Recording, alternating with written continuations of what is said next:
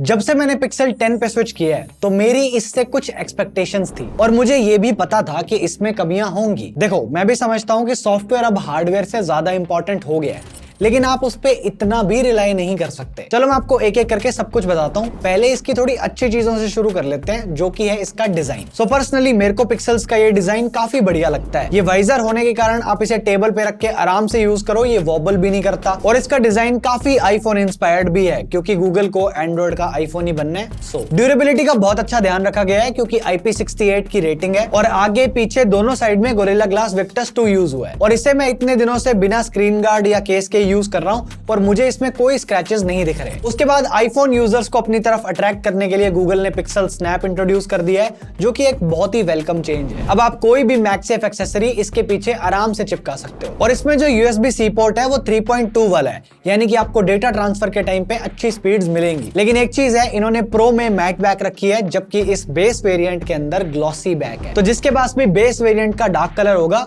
वो इसको बार बार साफ करते रहें। इसकी स्क्रीन के साथ मुझे इन जनरल कोई प्रॉब्लम नहीं है। ये बहुत ही शार्प है और बहुत ही अच्छे कलर्स दिखाती है। HDR की ट्यूनिंग बहुत ही शानदार करी हुई है, सब कुछ एकदम चंगा है। लेकिन मुझे प्रॉब्लम है इस स्क्रीन की वैल्यू से, क्योंकि इसमें 2-3 चीजें मिसिंग है। सबसे पहले तो पिक्सल ने भी सैमसंग की तरह बेस वेरिएंट में 1080p डिस्प्ले दी है, जो कि बिल्कुल सही चीज नहीं है। मतलब आप 1.2 के ही कर दो। बट चलो इस चीज को मैं ये बोल के टाल दूंगा कि चलो फोन की स्क्रीन बहुत छोटी होती है तो 1080p ठीक है, काम चला देंगे। लेकिन दूसरी प्रॉब्लम ये है कि इसका डिस्प्ले पैनल LTPO नहीं है, तो ये 60 हर्ट्ज या 120 हर्ट्ज पे ही रहता है। इसलिए इसमें ऑलवेज ऑन डिस्प्ले बैटरी ज्यादा लेगा, क्योंकि वो 30 हर्ट्ज पे चलता है। जबकि प्रो में LTPO डिस्प्ले है, तो इसके AOD यूज में बैटरी लाइफ उतनी नहीं जाएगी जितनी इसमें जाएगी। लेकिन चलो मैं तो इस चीज को इग्नोर कर दूंगा, क्योंकि मैं AOD यूज करता नहीं हूं और बिना AOD के मुझे इसमें बैटरी लाइफ बढ़िया मिल रही है। लेकिन अगर आप इसके बेजल्स देखोगे तो इसके बगल में मैं OnePlus Nord 5 को रख रहा हूं, जो कि एक 30,000 का फोन है। पिक्सल 10 के बेजल्स इससे भी मोटे हैं और ये चीज बिल्कुल इग्नोर नहीं करी जा सकती, क्योंकि दोनों फोन्स के प्राइस में 50,000 का फर्क है। तो ये एक बड़ी चीज है जो मेरे को इसमें पसंद नहीं आई। एक और चीज है, जब मैंने फोन को शुरू किया तो मुझे ये थोड़ा लैगी सा लगा,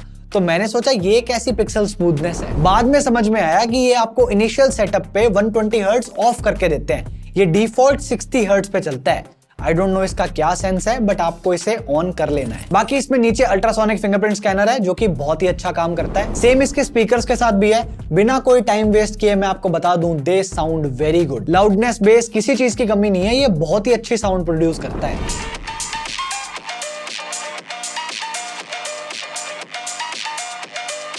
तो इसमें आपका जनरल मल्टीमीडिया एक्सपीरियंस बहुत ही अच्छा होगा। और जैसा मैंने कहा, डिस्प्ले की क्वालिटी में कोई कमी नहीं है, कमी है वैल्यू में। इस प्राइस में आपको जो मिलना चाहिए वो इसमें नहीं मिल रहा। और यही सेम स्टोरी हमेशा पिक्सल की परफॉर्मेंस के साथ में भी रही है। तो इस बार इन्होंने टेंसर G5 यूज किया है, जो कि फाइनली TSMC ने बना के दिया है। सैमसंग इनसे इस बार दूर है, जो कि अच्छी बात है। लेकिन इस चेंज से आखिर फायदा कितना हुआ है वो बताने से पहले परफॉर्मेंस से रिलेटेड थोड़े से स्पेक्स देख लो। इंडिया में आपको पिक्सल 10 सिर्फ 256 GB स्टोरेज के साथ में मिलेगा, जो कि बढ़िया चीज है, क्योंकि 256 GB में UFS 4 वाली स्टोरेज है। इसके 128 GB वाले वेरिएंट में UFS 3.1 दिया हुआ है, बट चलो वो यहाँ पे अवेलेबल ही नहीं है। और इसमें हमें 12 GB की LPDDR5X रैम मिल रही है, तो जनरल यूसेज में परफॉर्मेंस काफी प्रॉमिसिंग आनी चाहिए, जो कि आती भी है। अगर आप इसको नॉर्मल यूज करोगे तो इसका सॉफ्टवेयर बहुत ही स्मूथ चलता है। मतलब मैं देख सकता हूँ कि आखिर इसमें इतने कम फीचर्स होने के बाद भी ये लोगों का इतना फेवरेट कैसे है। तो मैं भी अब ये कह सकता हूँ कि ऐसा एक्सपीरियंस आपको किसी और एंड्रॉइड फोन में नहीं मिलेगा। But there is a catch. Thermals का मैं आपको एक आइडिया देता हूँ। अगर आप इसे आउटडोर में यूज करोगे तो ये वार्म रहता है, लेकिन वो तो फिर iPhone 16 Pro Max भी रहता है। लेकिन इंडोर में आप कुछ देर के लिए बिना AC के इसमें रील्स वगैरह भी देख लो तो भी ये वार्म रहता है। ये और किसी फोन में नहीं होता। स्पेशली अगर इसकी बैटरी 20% से कम है तब तो जरूर होगा, क्योंकि इन्होंने बेस पिक्सल 10 में वेपर कूलिंग चेंबर ऐड नहीं किया है, जो कि 10 Pro में है। अब आप कोई कंक्लूजन ड्रॉ करो उससे पहले मैं एक चीज क्लियर कर दूं कि इस सब से इसकी परफॉर्मेंस थ्रॉटल नहीं होती, क्योंकि मैंने वार्म बोला है, हॉट नहीं बोला। आपके हाथ ऐसे अनकंफर्टेबल नहीं होंगे। मैंने पिक्सल 9 टेस्ट नहीं करा हुआ, लेकिन लोग बोल रहे हैं कि इसमें उसके कंपैरिजन में हीटिंग कंट्रोल हुई है, तो ऑब्वियसली हुई होगी। एंड आई डोंट रिकमेंड कि आप एक पिक्सल को गेमिंग के लिए खरीदो, क्योंकि अभी पिक्सल और गेमिंग एक दूसरे के साथ जाते नहीं है। लेकिन फिर भी कुछ लोगों को जिन्हें चुल होती है, उनके लिए मैंने इसमें 30 मिनट्स के लिए गेंशिन इंपैक्ट मैक्स सेटिंग्स पे टेस्ट किया है। एंड इसकी हालत आप देख सकते हो, एवरेज FPS भी सही नहीं है, टेम्परेचर भी बहुत ज्यादा है। तो गेमिंग इसके बस की बात नहीं है। एंड आई होप मैंने आपको थर्मल्स वाली चीज अच्छे से समझा दी है।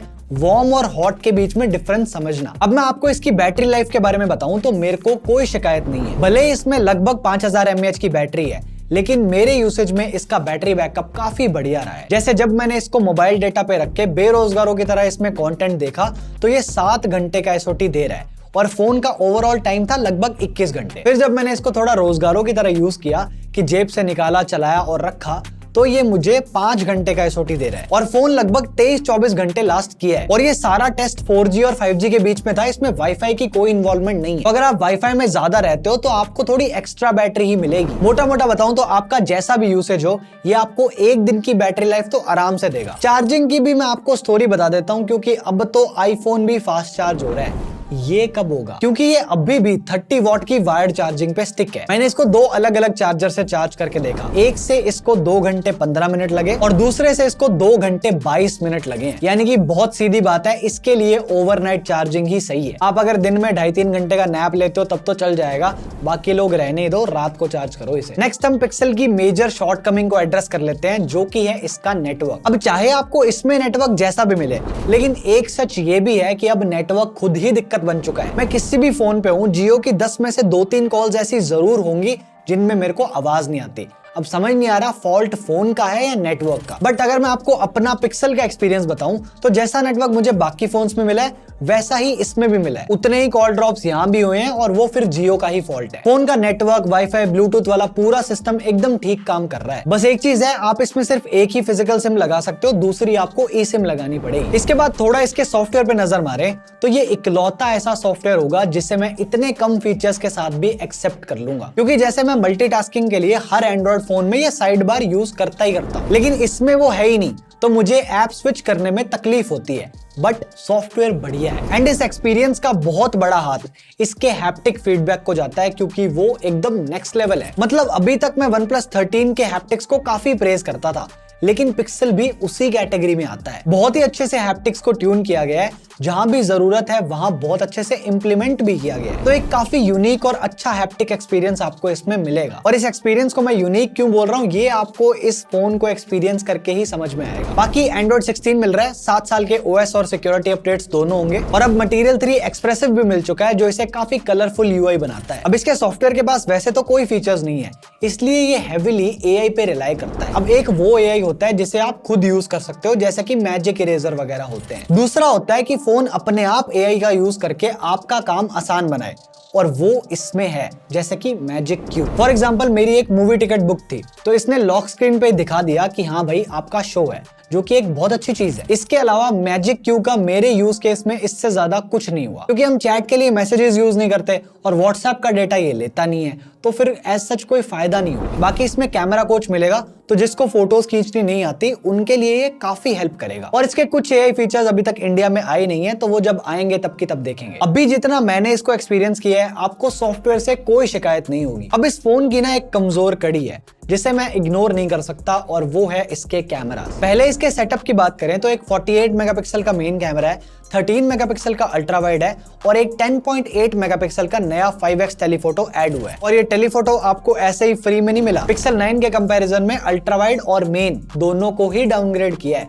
तब जाके इसमें टेलीफोटो ऐड हुआ है। पर आप कहोगे स्पेक्स में क्या रखा है, फोटोज की बात करो ना, तो चलो देखो। मैं आपको जनरल फोटोज का बताऊं तो अच्छी लगती हैं, नेचुरल कलर्स विद कंट्रास्ट वाला वही पिक्सल का सिग्नेचर लुक हमें यहाँ भी दिखता है। और अगर आपको कुछ कमी लगे तो ये बूस्ट वाला फिल्टर लगा देना, ये काफी सही काम करता है। इंडोर आर्टिफिशियल लाइटिंग में भी फोटोज सही आती हैं, एज सच किसी चीज की कमी नहीं दिखेगी। मेन और अल्ट्रा वाइड में कलर शिफ्ट नहीं है, बस अल्ट्रा वाइड में हल्की सी डिटेल्स कम है, क्योंकि फिर सेंसर काफी छोटा है तो ये होगा ही। बट जनरल आउटकम कलर्स और लाइट के हिसाब से आपको अच्छा लगेगा। इवन नाइट मोड में भी इसके कैमरास काफी अच्छा काम करते हैं। बिल्कुल जीरो लाइट से भी ये डिटेल्स एक्सट्रैक्ट करके आपको एक अच्छा आउटपुट निकाल के दे देगा। इवन अल्ट्रा वाइड और जूम लेंस भी अच्छे यूजेबल रिजल्ट्स देते हैं। वाइड में बस इसका लाइट कंट्रोल थोड़ा सही नहीं है। लो लाइट में ह्यूमन फोटोज भी सही आएगी। बाकी पिक्सल से ह्यूमन फोटोज की दिक्कत बताता हूँ। तो अगर आप इसके पोर्ट्रेट मोड को यूज करते हो तो कलर्स, स्किन टोन वगैरह सब बढ़िया है, लेकिन इसका एज डिटेक्शन पुअर है। और सिर्फ एक फोटो में नहीं, ये 10 में से 5-6 फोटोज के साथ यही कर रहा है। और मैं आपको 1x और 2x portrait side by side दिखा रहा हूँ, और ऐसे तो आपको 2x वाली सही लगेगी, लेकिन इनमें डिटेल्स कम है क्योंकि ये लॉसलेस नहीं लग रहा। उसके बाद पहले की तरह आप टेलीफोटो लेंस से पोर्ट्रेट्स नहीं ले सकते, यानी कि ये बस जूम के लिए है, जो कि मोस्ट लोगों के काम ही नहीं आएगा। और इसके इसी जूम लेंस से मुझे 2-3 दिक्कतें हैं। सबसे पहले तो ये 10 में से 7 बार काम ही नहीं करता। जैसे आप ये क्लिप देखो, मैंने 5x टेलीफोटो को कवर कर रखा है, और जब मैं 5x जूम फोटो लेने जाता हूं तो फोटो क्लिक हो रही है, जबकि ऐसा नहीं होना चाहिए। अगर कवर कर रखा है तो स्क्रीन पे सिर्फ फिंगरप्रिंट वाला रेड सा कलर दिखता है, वो दिखना चाहिए। ये फोटो ले पा रहा है क्योंकि ये मेन सेंसर को ही डिजिटल जूम करके 5x बना रहा है। लेकिन इस सेम जगह पे थोड़ी देर बाद जब मैंने ये सेम चीज टेस्ट करी तो आप देखो इस बार ये काम नहीं कर रहा। और ये चीज हमेशा होनी चाहिए थी जब भी आप इसमें 5x फोटोज ले रहे हो। तो इसकी ये एक अलग ही सिरदर्दी है। बाद में 10x 20x पे काम करने लग जाता है, लेकिन 5x पे ये कभी कभी चलता है। और मेरे पास 1-2 एग्जांपल्स और हैं जिसमें डिजिटल और ऑप्टिकल जूम में आप फर्क देख सकते हो। बाकी ये मैक्स 20x तक जूम कर सकता है, एंड उसका रिजल्ट वही नॉर्मल जैसा 20x का आता है वैसा ही है, क्योंकि वो प्रो क्वालिटी वाला 100x जूम फीचर इन्होंने 10 प्रो के लिए रखा हुआ है, वो इसमें नहीं है। सेल्फीज का बताऊं तो काफी बढ़िया लेता है, डिटेल्स, कलर सब कुछ बहुत अच्छा आता है। और आप इसमें 0.7x पे भी सेल्फीज ले सकते हो, तो वो वाइड होंगी फॉर ग्रुप सेल्फीज। बाकी पोर्ट्रेट्स में एजेस का हाल यहाँ भी वैसा ही है। वीडियोस की बात करें तो आप फ्रंट और बैक दोनों से 4K 60 FPS तक जा सकते हो। और अगर मैं इसकी वीडियोस को समराइज करूं तो कंक्लूजन ये है कि स्टेबलाइजेशन बहुत बढ़िया है, लेकिन अगर लाइट कम है, चाहे इंडोर हो या आउटडोर में छाया ही क्यों ना हो, तब ये शैडोज को क्रश करता है। कभी कम होगा, कभी ज्यादा, बट होगा। तो इन्हें वीडियो क्वालिटी पे काम करने की जरूरत है, क्योंकि ये सिमिलर सी चीज फ्रंट कैमरा में भी दिखती है, बस वहां ये बैक कैमरा जितनी नहीं होती। यहाँ शैडोज थोड़ी कम क्रश होती है, बट ये सब होता यहाँ भी है। ओवरऑल मैं इसके कैमरा से डिसअपॉइंट ही हुआ हूँ। बस 1x पे जो भी आप फोटोज लोगे वो बढ़िया हैं, बाकी सारे ही मोड्स थोड़े हिले हुए हैं। अब इस सब के बाद इसका प्राइस है 80,000, बैंक डिस्काउंट लगा के प्राइस है 73,000। लेकिन क्या ये आपको इतने पैसे की वैल्यू ऑफर कर रहे हैं? ऑनेस्टली बताऊं तो नहीं कर रहे। इसमें बहुत कुछ ऐसा है जो अनफिनिश्ड लग रहा है। तो मेरे हिसाब से आप इस फोन को सिर्फ 2 ही केसेस में खरीदना। पहला, अगर आपको ये ऑफर में 55-60,000 का मिल जाए, और दूसरा तब जब आपको पहले से एक इंप्रूव्ड पिक्सल लेना है। इन 2 केसेस के अलावा मास ऑडियंस को मैं इस प्राइस पे ये फोन रिकमेंड नहीं कर सकता। बाकी आपकी श्रद्धा है, मेरी तरफ से मैंने आपको इसकी सारी रिपोर्ट दे दी है, और अब मैं चलता हूं। This is it from my side. Thank you so much for watching. I am Devanshu and I am on leave till the next one. Bye bye.